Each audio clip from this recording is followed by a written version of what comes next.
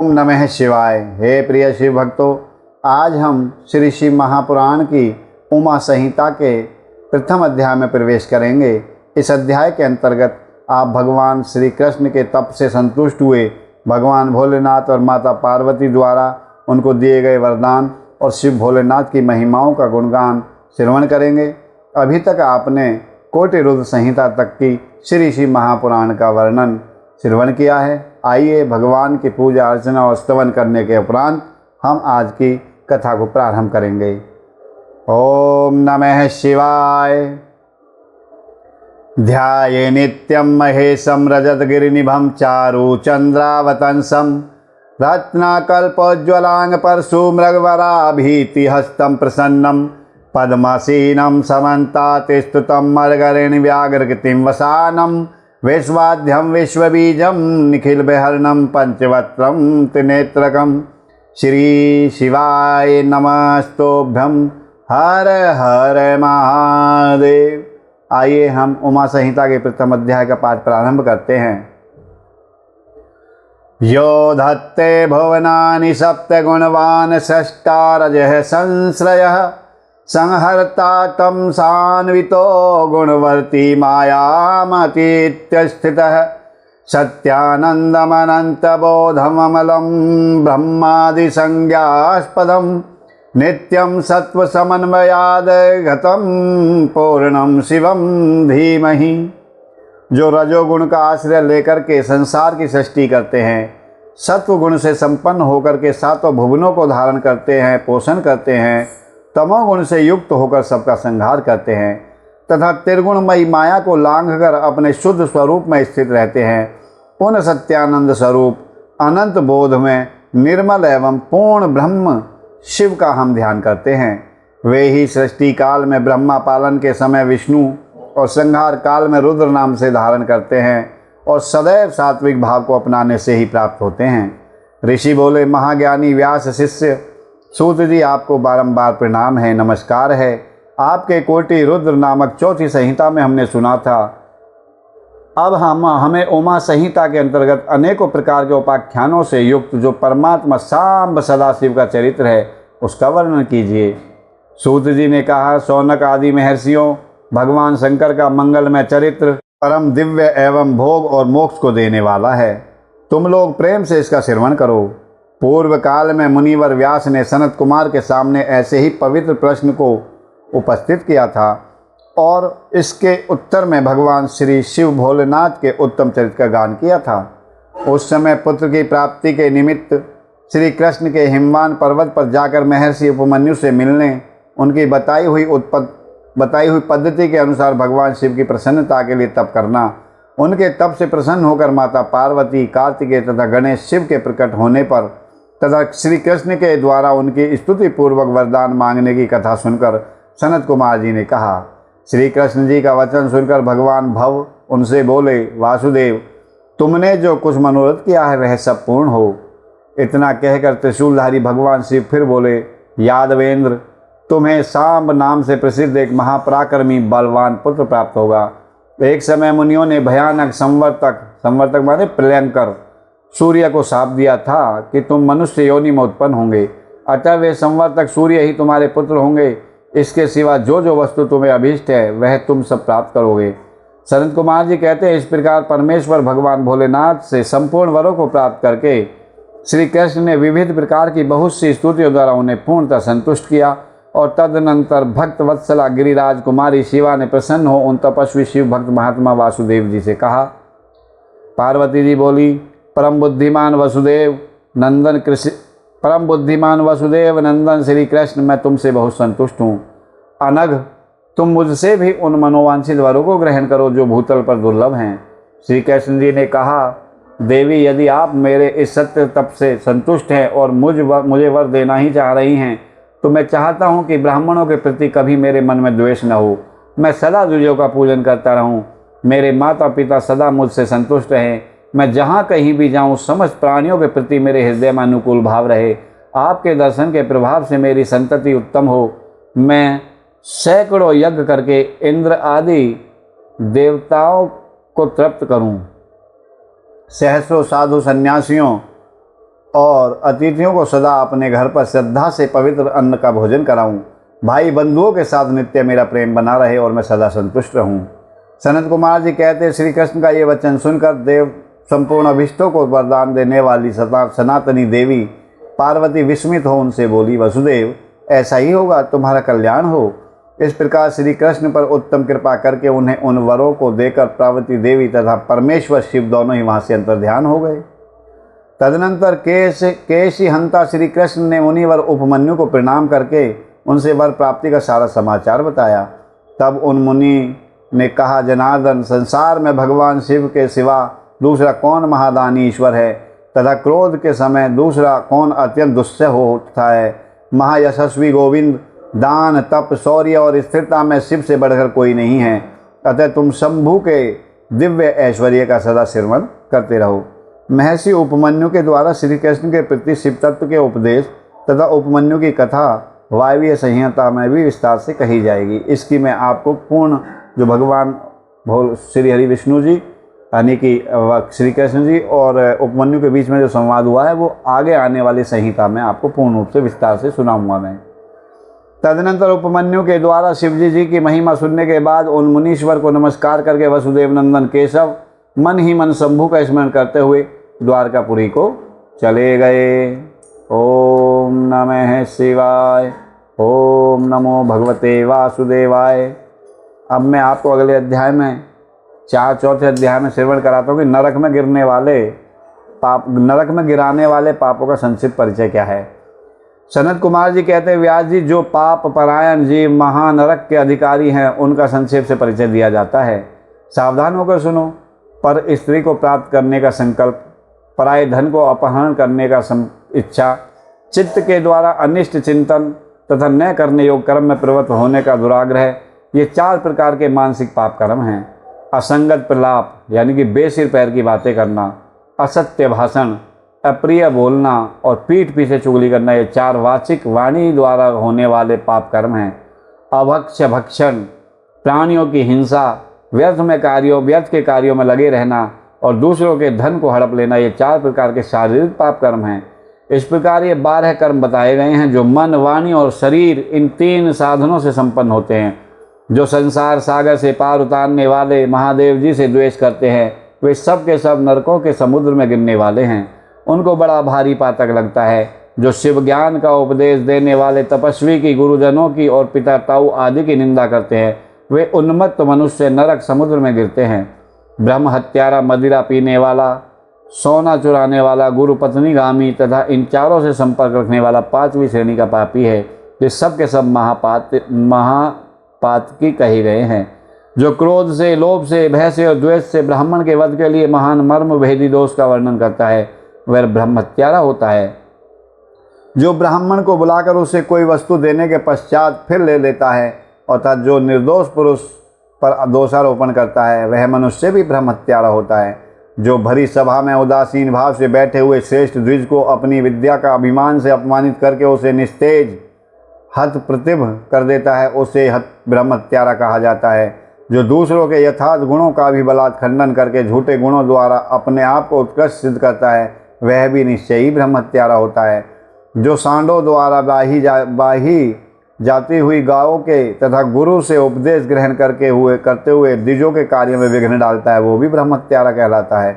जो देवताओं, ब्राह्मणों तथा गायों को उपयोग के लिए दी हुई भूमि को हर लेता है उसे ब्रह्म हत्यारा कहा गया है। जैसे हमारे गाँव में होती है ना गौचर की ज़मीन, उससे जो भी कोई हड़प लेता है वो ब्रह्म हत्यारे के बराबर पाप लगता है उसे। देवता और ब्राह्मण के धन को हर लेना तथा अन्याय से धन कमाना ब्रह्म हत्या के समान ही पातक जानना चाहिए। जिस किसी व्रत, नियम तथा यज्ञ को ग्रहण करके उसे त्याग देना तथा 5 महायज्ञों का अनुष्ठान न करना मदिरापान के समान पातक बताया गया है।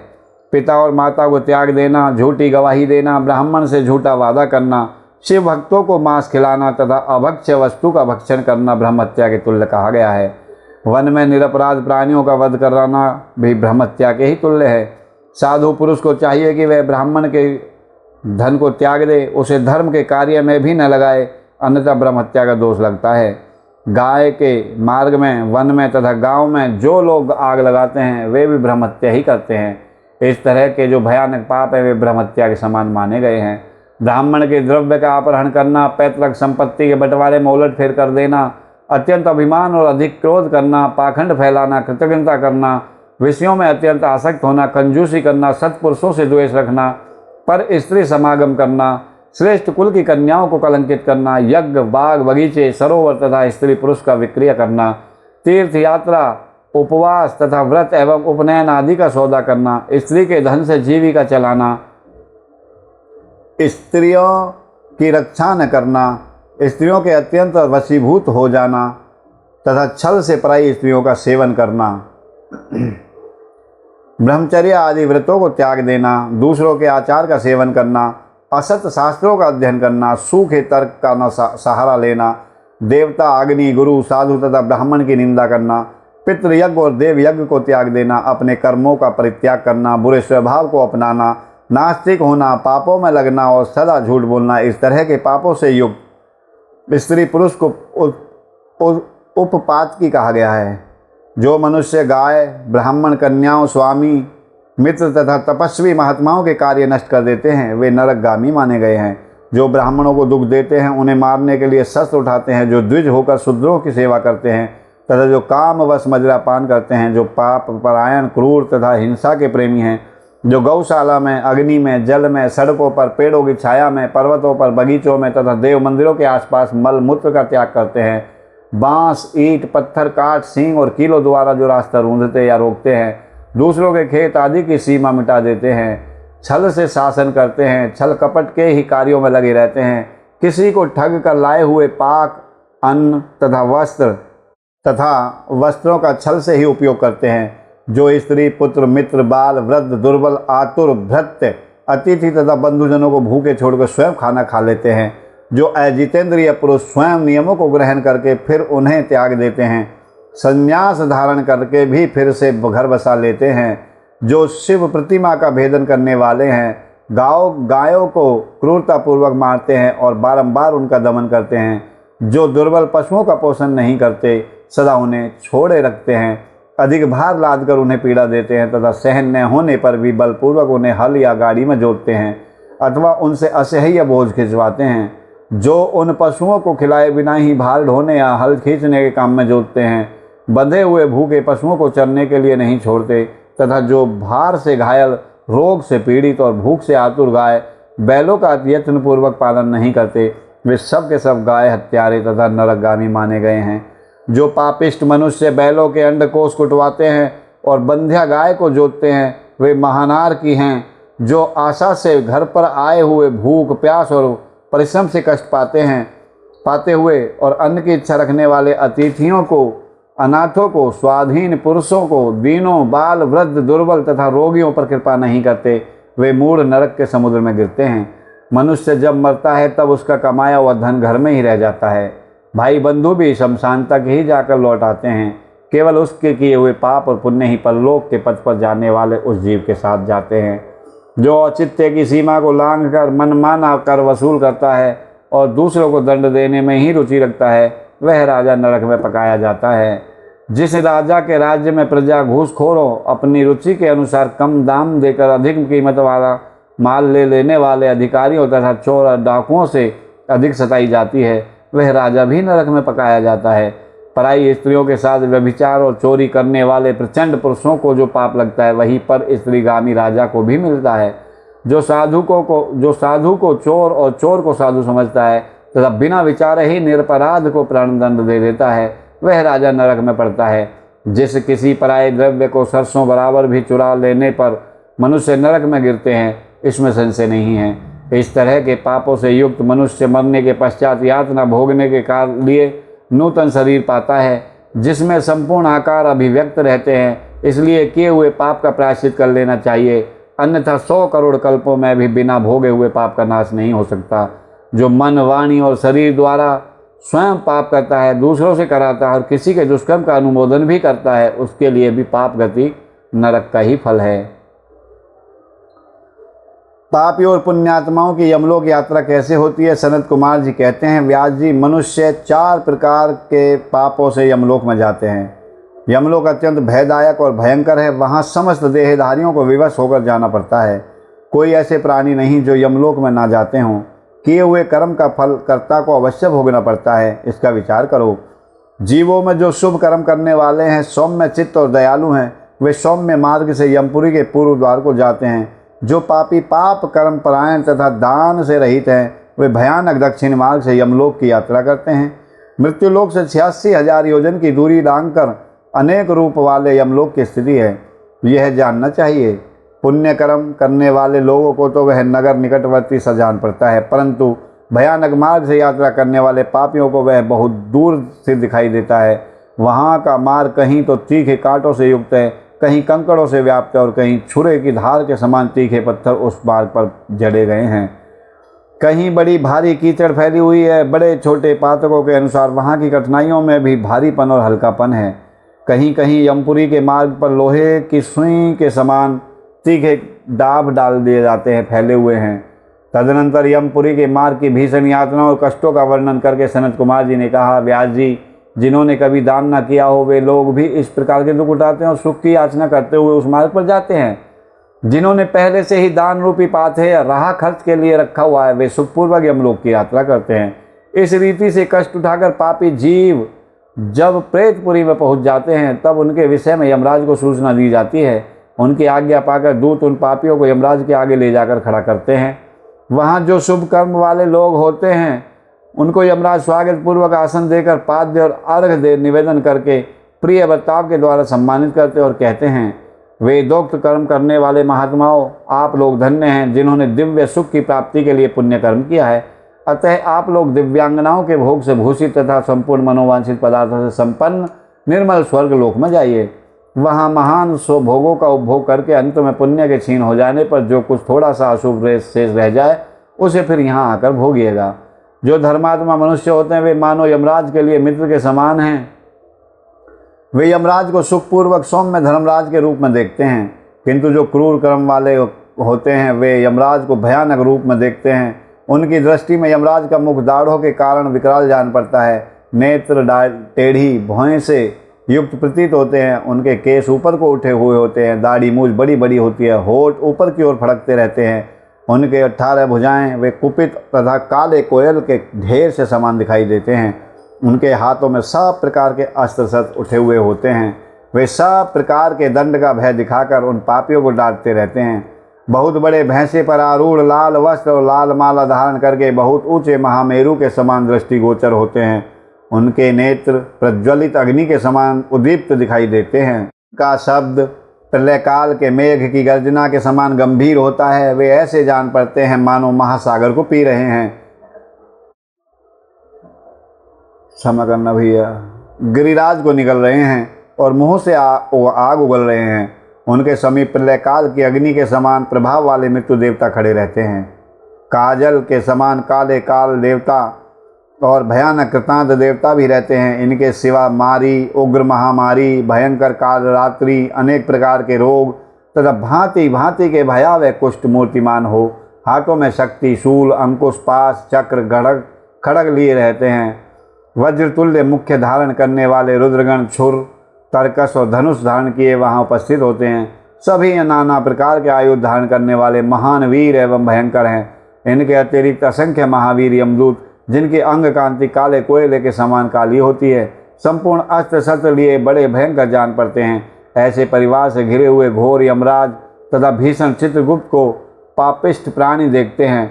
यमराज उन पाप कर्मियों को बहुत डांटते हैं और भगवान चित्रगुप्त धर्मयुक्त वचनों द्वारा उन्हें समझाते हैं। 8वें अध्याय में आप नरकों की 28 कोटि तथा प्रत्येक के 5-5 नायक के क्रम से 140 रौरव आदि नरकों की नामावली का नाम सुनेंगे।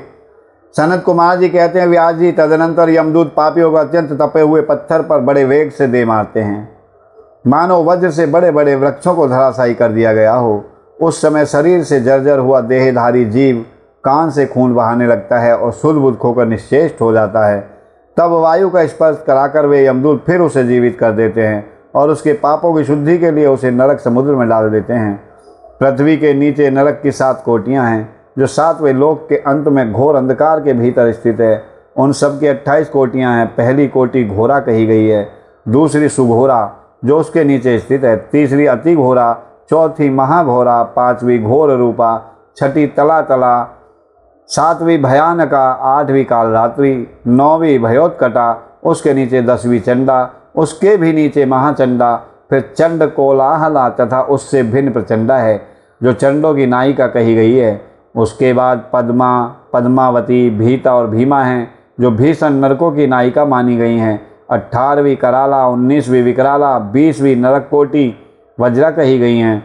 तदनंतर त्रिकोणा, पंचकोणा, सुदीर्घा, अखिलार्तिदा, समा, भीमबला, भीमा तथा 28वीं दीप्त प्राया है। इस प्रकार मैंने तुमसे भयानक नरक कोटियों का नाम बताया। इनकी संख्या 28 ही है। ये पापियों को यातना देने वाली हैं। उन कोटियों के क्रम से 5-5 नायक हैं। अब उन सब कोटियों के नाम बताए जाते हैं, सुनो। उनमें प्रथम रौरव नामक नरक है, जहाँ पहुंचकर देहधारी जीव रोने लगते हैं। महारौरव की पीड़ा से तो महान पुरुष भी रो देते हैं। इसके बाद शीत और उष्ण नामक नरक है। फिर सुघोर, रौरव से सुघोर तक आदि के 5 नरक नायक माने गए हैं।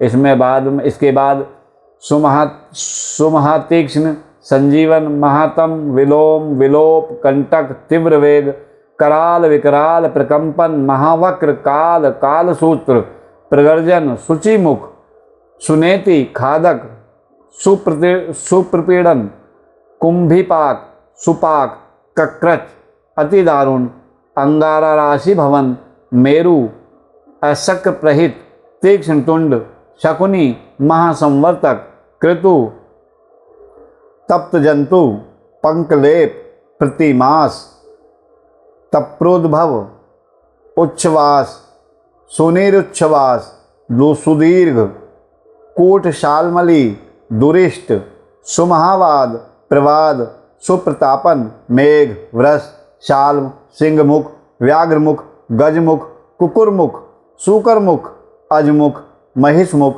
घूकमुख, कोकमुख, व्रकमुख, ग्रहा, कुंभिनस, नक्र, सर्प, कर्म, काक, ग्रध, उलूक, हलोक, शार्दुल, कृत, कर्कट, मंडूक, पूतिमुख, रक्ताक्ष, पूति मृतिक, कणध्रुम्र, अग्नि, कृमि, गंधी वपु, अग्निध्र, अप्रतिष्ठ, रुधिराभ, शव भोजन, लालाभक्ष, अन्यत्र भक्ष, सर्वभक्ष, सुदारुण, कंटक, सुविशाल, विकट, कटपूतन, अम्बरीश, कटाह, कष्टदायिनी वैतरणी नदी, सुतप्त, लोहशयन, एकपाद, प्रपूरण, घोर, असितालवन, अस्थिभंग, सुपूरण, विलातस, सुयंत्र, असुयंत्र, कूटपास, प्रमर्दन, महाचूर्ण, असुचूर्ण, तप्तलोम है, पर्वत, क्षूरधारा,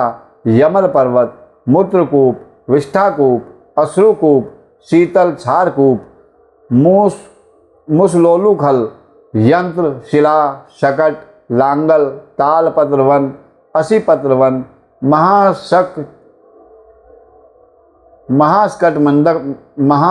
मंडप, सम्मोह, अस्थिभंग, तप्त, चंचल, अयोगुण, लोहे की गोली, बहुदुख, महाक्लेश, कश्मल, समल, मलात, हालाहल, विरूप, स्वरूप, यमानुग, एकपाद, त्रिपाद, तीव्र, अचीवर और तम। इस प्रकार के 28 नरक और क्रम से उनके 5-5 नायक कहे गए हैं।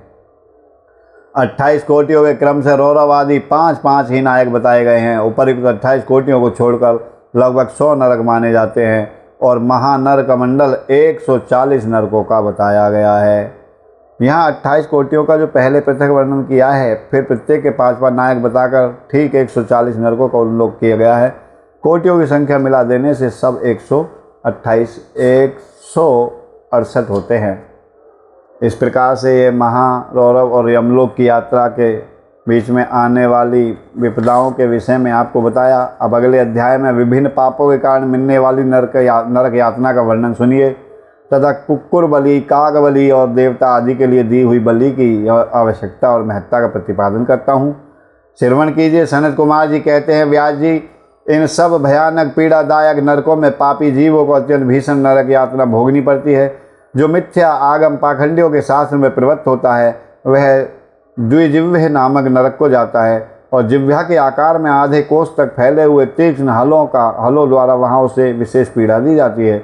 जो क्रूर मनुष्य माता पिता और गुरु को डांटता है उसके मुंह में कीड़ों से युक्त विष्ठा ठूस कर उसे खूब पीटा जाता है।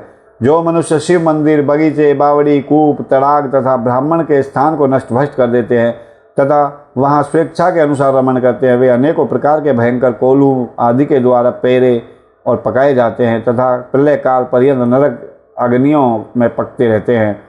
पर स्त्रीगामी पुरुष उस रूप से भी व्यभिचार करते हुए मारे पीटे जाते हैं। पुरुष अपने पहले जैसे शरीर को धारण करके लोहे की बनी और खूब तपाई हुई नारी का गाढ़ आलिंगन करके सब ओर से जलते रहते हैं। वे उस दुराचारणी स्त्री का गाढ़ आलिंगन करते और रोते हैं। फिर जो सत्पुरुषों की निंदा सुनते हैं उनके कानों में लोहे या तांबे आदि की बनी हुई कीलें आग से खूब तपाकर भर दी जाती हैं। इनके सिवा जस्ते, शीशे और पीतल को गलाकर पानी के समान करके उनके कान में भरा जाता है। फिर बारंबार गर्म दूध और खूब तपाया हुआ तेल उनके कानों में डाला जाता है। फिर उन कानों पर वज्र का सा लेप कर दिया जाता है। इस तरह क्रम से उनके कानों को उपर्युक्त वस्तुओं से भरकर उनको नरक में यातनाएं दी जाती हैं। क्रम से सभी नरकों में सब और ये यातनाएं प्राप्त होती हैं और सभी नरकों की यातनाएं बड़ा कष्ट देने वाली होती हैं। जो माता पिता के प्रति टेढ़ी भौहें करते हैं अथवा उनकी ओर उदंडतापूर्वक दृष्टि डालते या हाथ उठाते हैं उनके मुखों को अंत तक लोहे की कीलों से दृढ़तापूर्वक भर दिया जाता है। जो मनुष्य लुभाकर स्त्रियों की ओर अपलक दृष्टि से देखते हैं उनकी आंखों में तपाकर आग के समान लाल की हुई सुइयां भर दी जाती हैं। जो देवता अग्नि, गुरु और ब्राह्मणों को अग्रभाग निवेदन किए बिना ही भोजन कर लेते हैं उनकी जिह्वा और मुख में लोहे की सैकड़ों कीलें तपाकर ठूस दी जाती हैं। जो लोग धर्म का उपदेश करने वाले महात्मा कथावाचक की निंदा करते हैं देवता अग्नि और गुरु के भक्तों की तथा सनातन धर्मशास्त्र की भी खिल्लियाँ उड़ाते हैं। उनकी छाती, कंठ, जिह्वा, दांतों की संधि, तालू, होठ, नासिका, मस्तक संपूर्ण अंगों की संधियों में आग के समान तपाई हुई 3 शाखा वाली लोहे की कीलें मुदगरों से ठोक दी जाती हैं। उस समय उन्हें बहुत कष्ट होता है। तत्पश्चात सब ओर से उनके घावों पर तपाया हुआ नमक छिड़क दिया जाता है। फिर उस शरीर में सब और बड़ी भारी यातनाएं होती हैं। जो पापी शिव मंदिर के पास अथवा देवता के बगीचों में मलमूत्र त्याग करते हैं उनके लिंग और अंडकोश को लोहे के मुदगरों से चूर चूर कर दिया जाता है तथा आग से तपाई हुई सुइयां उसमें भर दी जाती हैं, जिससे मन और इंद्रियों को महान दुख होता है। जो धन रहते हुए भी तृष्णा के कारण उसका दान नहीं करते और भोजन के समय घर पर आए हुए अतिथि का अनादर करते हैं वे पाप का फल पाकर अपवित्र नरक में गिरते हैं। इसके विषय में संस्कृत में बोला गया है कि धने सत्ययपि ये दानम न पृच्छयन्ति तृष्णया अतिथि चावमन्यन्ते काले प्राप्ते ग्रहाश्रमे तस्मात् ते दुष्कृतम प्राप्य गच्छन्ति निरये शुचो। जो कुत्तों और गायों को उनका भाग अर्थात बलि न देकर स्वयं भोजन कर लेते हैं उनके खुले हुए मुंह में 2 कीलें ठोक दी जाती हैं। यमराज के मार्ग का अनुसरण करने वाले जो शाम और सबल यानी कि सांवले और चितकबरे 2 कुत्ते होते हैं मैं उनके लिए यह अन्न भाग देता हूँ, वे इस बलि को ग्रहण करें। पश्चिम वायव्य दक्षिण और नैऋत्य दिशा में रहने वाले जो पुण्य कर्मा कौवे हैं वे मेरी इस दी हुई बलि को ग्रहण करें। इसको संस्कृत में श्लोक है शिव पुराण के अनुसार द्वौ स्वानो शाम सबलो यम मार्गानुरोधको यो तस्ताभ्याम प्रेक्षयामि तो गृहीतामिं बलिम इंद्रावरुण वायव्यायाम्यान सर्ते कास्थता वायसा पुण्यकर्माणस्ते प्रहगृहन्तु में बलिम। इस प्रकार अभिप्रथा के 2 मंत्रों से क्रम से कुत्ते और कौवे को बलि देनी चाहिए। जो लोग यत्नपूर्वक भगवान शंकर की पूजा करके विधिवत अग्नि में आहुति दें, शिव संबंधी मंत्रों द्वारा बलि संपत्ति समर्पित करें, वे यमराज को नहीं देखते हैं और स्वर्ग में ही जाते हैं। इसलिए प्रतिदिन बलि देनी चाहिए। एक चौकोर मंडप बनाकर उसे गंध आदि से अधिवासित करें। फिर ईशान कोण में धन्वंतरि के लिए और पूर्व दिशा में इंद्र के लिए बलि दें। दक्षिण दिशा में यम के लिए, पश्चिम दिशा में शुद्ध क्षोम के लिए और दक्षिण दिशा में पितरों के लिए बलि देकर पुनः पूर्व दिशा में अर्यमा को अन्न का भाग अर्पित करें। द्वार देश में धाता और विधाता के लिए बलि निवेदन करें। तदनंतर कुत्तों के स्वामी और पक्षियों के लिए भूतल पर अन्न डाल दें। देवता, पितृ, मनुष्य, प्रेत, भूत, गुह्यक, पक्षी, कृमि और कीट ये सभी गृहस्थ से अपनी जीविका चलाते हैं। स्वाहाकार, स्वधाकार, वसटकार और हंतकार ये धर्ममयी धेनु के 4 स्तन हैं। स्वाहाकार नामक स्तन का पान देवता करते हैं, स्वधा का पितृलोक करते हैं, वसटकार का दूसरे देवता और भूतेश्वर तथा हंतकार नामक स्तन का सदा ही मनुष्यगण पान करते हैं।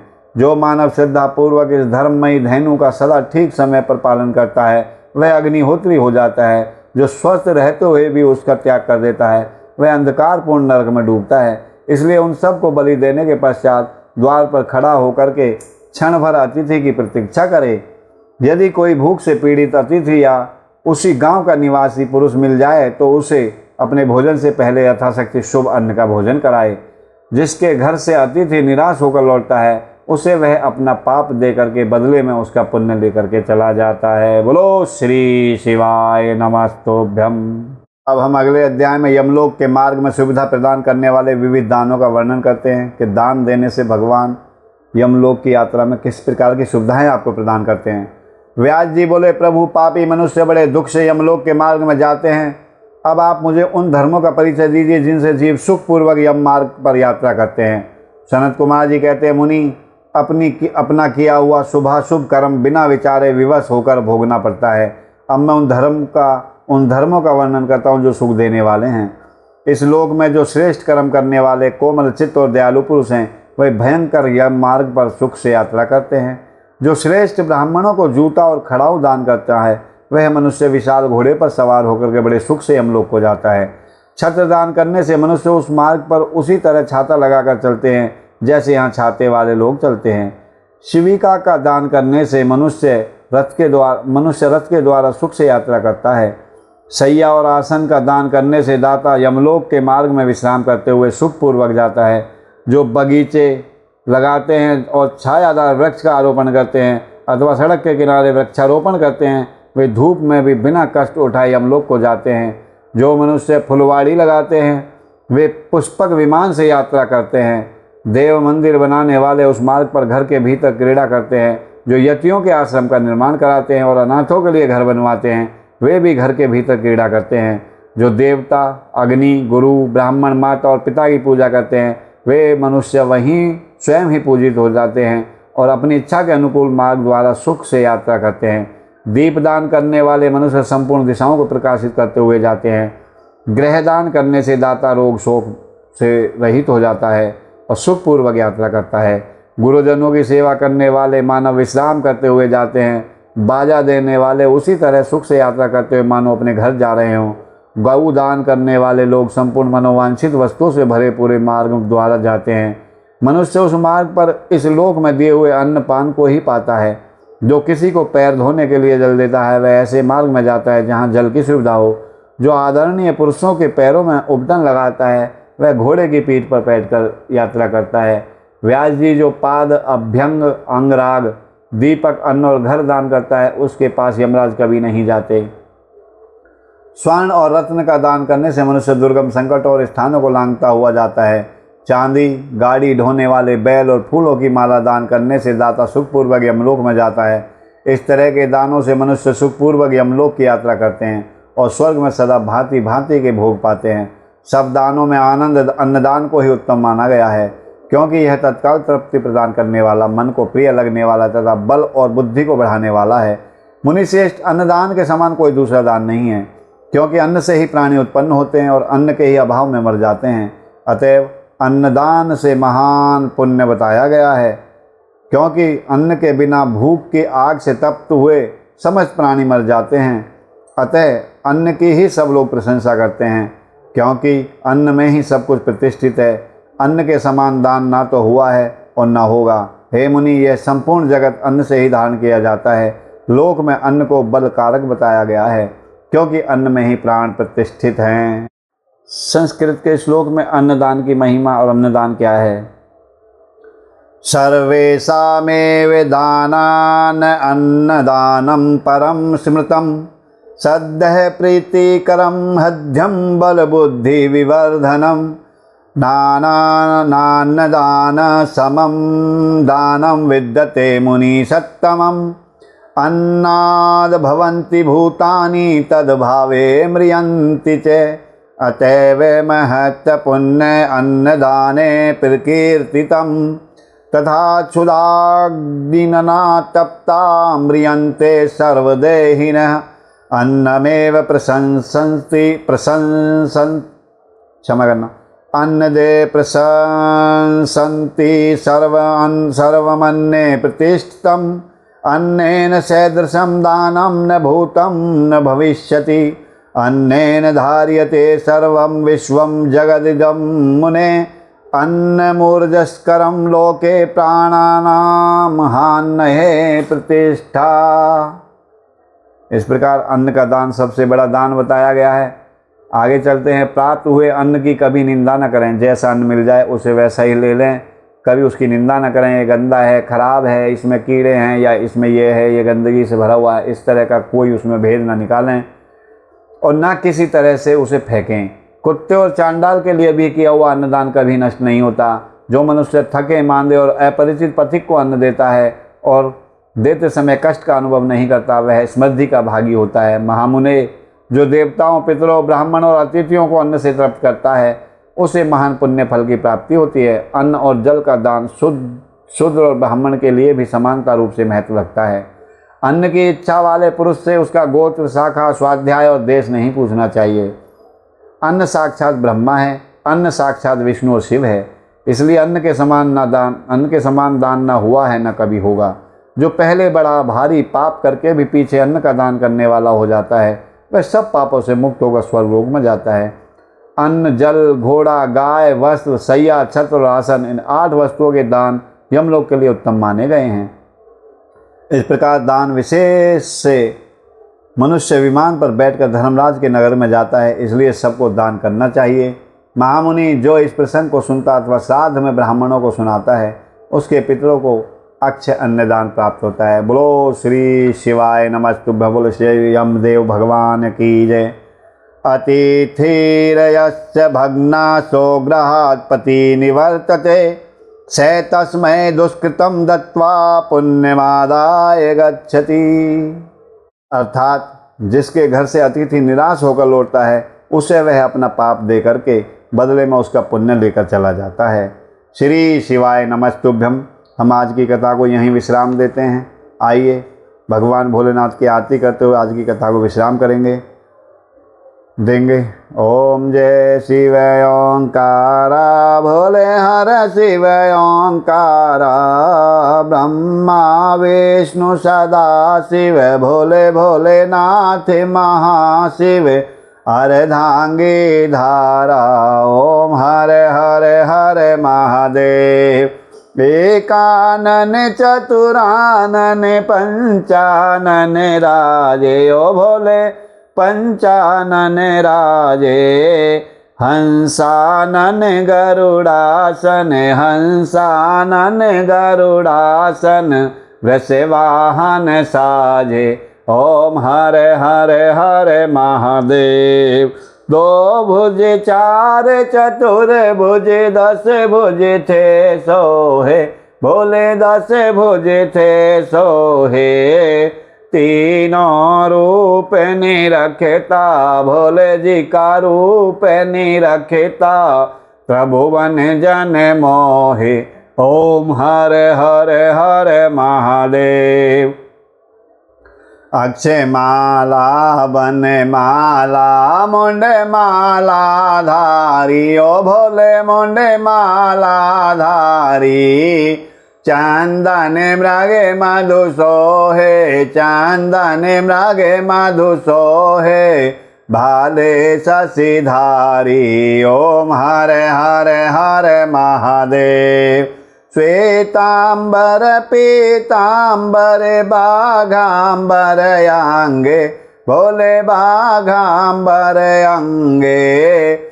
सनकादिक ब्रह्मादिक सनकादिक ब्रह्मादिक भूतादिक संगे। ओम हर हर हर महादेव। कर में मध्य कमंडल चक्र त्रिशूल धरता, भोले चक्र त्रिशूल धरता। जग करता जग हरता, सुख करता दुख हरता, जग पालन करता। ओम हर हर हर महादेव।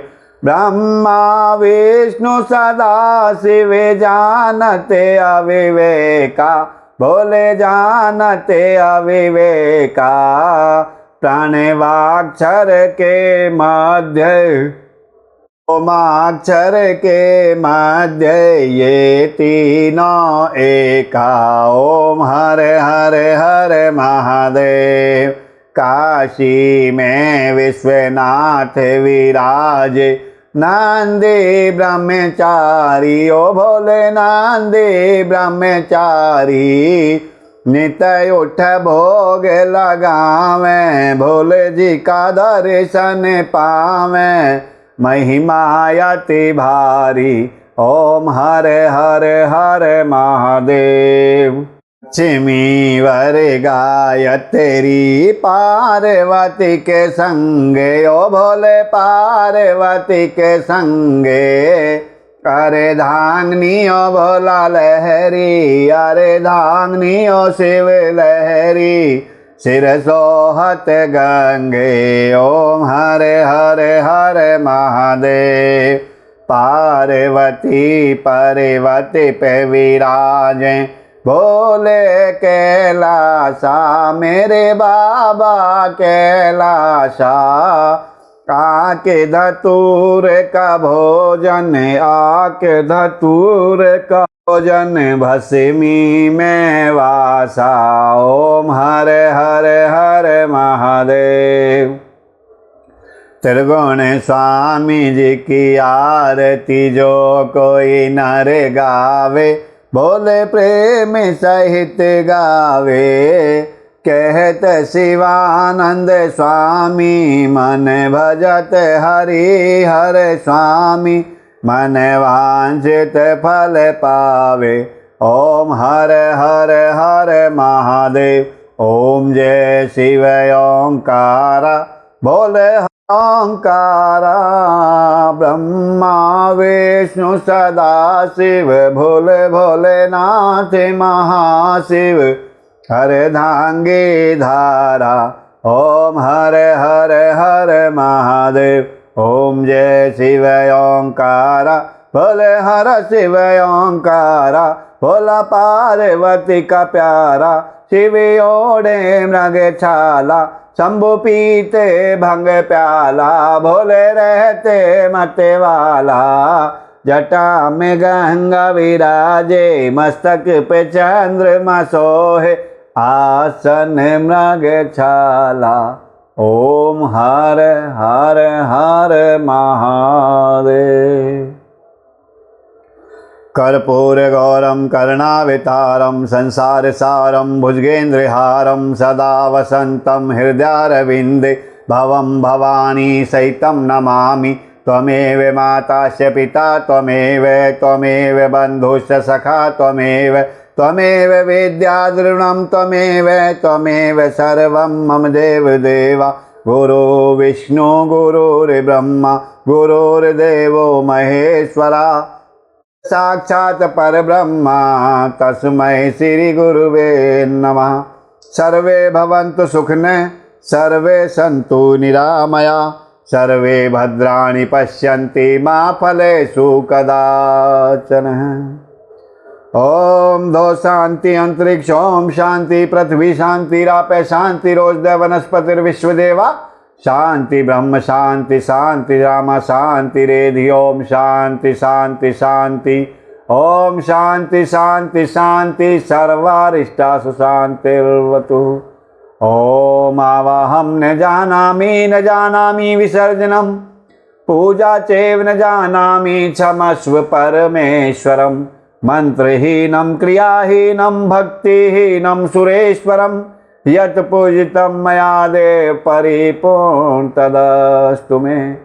ओम नमः शिवाय। हर हर महादेव।